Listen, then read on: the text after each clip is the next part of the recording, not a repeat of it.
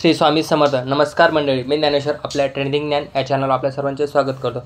आज आपण श्राद्ध पक्षात जर घरात सुतक पडले किंवा कोणी मरण पावले तर त्या काळात घरातील पूर्वजांचे श्राद्ध कसे करावे याविषयीचा व्हिडिओ आणि त्यांची उत्तरं घेऊन मी हा व्हिडिओ सुरू करत आहे. व्हिडिओला सुरू करण्यापूर्वी आपल्या चॅनलवर नवीन असाल तर चॅनलला सबस्क्राईब करा आणि आपले व्हिडिओ आवडत असतील तर लाईक आणि शेअर करा. आणि तुम्हाला काही प्रश्न असतील तर ते कमेंटमध्ये तुम्ही विचारू शकता. मी याचे उत्तर तुम्हाला नक्कीच देईल. चला तर व्हिडिओला सुरुवात करू.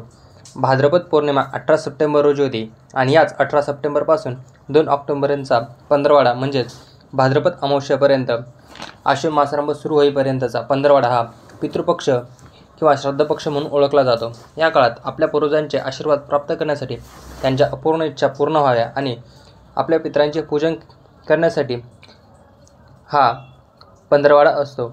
जिवंतपणी त्यांना नीट सांभाळत नाहीत, त्यांच्यासोबत व्यवस्थित वागत नाहीत, त्यांच्या मृत्यूनंतर मात्र त्यांच्या आठवणी काढतात, त्यांच्यासाठी वर्षश्राद्ध करतात आणि अशाच खास गोष्टींची पूर्तता करण्यासाठी आपल्या हिंदू धर्मात हा खास असा पितृपक्ष किंवा पितरपाठ असतो.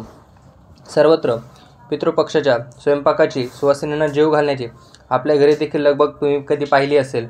पण जर तुमच्या भावकीत किंवा घरी एखाद्या व्यक्तीचं निधन झालं तर तुम्हाला सुतक असेल, त्यामुळे आपण आपल्या पूर्वजांचे श्राद्ध त्या सुतक काळात घालू शकत नाही.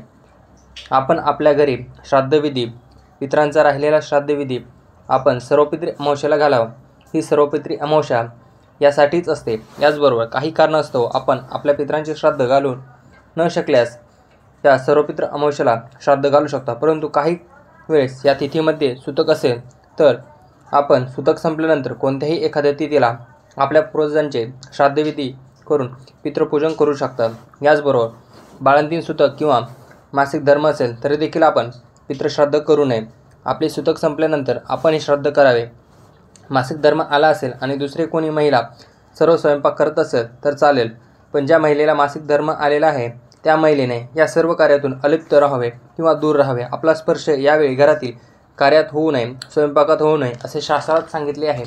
परंतु तुम्ही वेगळे किंवा विभक्त राहत असाल तर तुम्ही सर्वपित्री अमावस्येला पितृश्राद्ध घालावे किंवा मासिक धर्म संपल्यानंतर एखाद्या तिथीला देखील तुम्ही श्राद्धविधी करू शकता. त्यानंतर तुमच्या घरातील एखादी व्यक्ती मरण पावून काही महिनेच झाले असतील, वर्षश्राद्ध अजून बाकी आहे, अशावेळी आपण आपल्या पितरांचे श्राद्ध करणे योग्य आहे का हा प्रश्न तुम्हाला जर पडला असेल तर याचे उत्तर देखील मी देणार आहे. आपण आपल्या घरातील कोणाचे निधन झाले तर वर्षभर कुठलाही विधी पार पाडत नाही, तर काही ठिकाणी फक्त महत्त्वाचे विधी, सण, उत्सव पार पाडत नाही.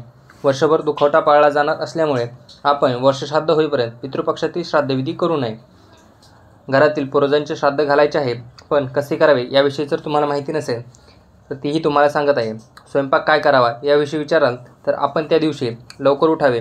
जोपर्यंत तुम्ही आपल्या पितरांना नैवेद्य दाखवत नाही तोपर्यंत उपवास करावा. शक्य असेल तर काहीच खाऊ नये. आपण स्वयंपाकात किंवा नैवेद्य म्हणून पुढील पदार्थ बनवणे गरजेचे आहे. यात सर्वप्रथम खीर, चपाती किंवा पुरणपोळी, आमटी, कढी, भात, अळूवडी, बेसनवडी, वरण भात, तळलेले पापड, कुरडई, लिंबू आणि भजे हा सर्व स्वयंपाक करावा.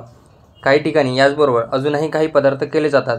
ज्या त्या भागानुसार हे पदार्थ केले जातात. याचबरोबर तुम्ही घरी सुवासिन किंवा पितरपाठात जेवणासाठी दुसऱ्या व्यक्तीला बोलावे.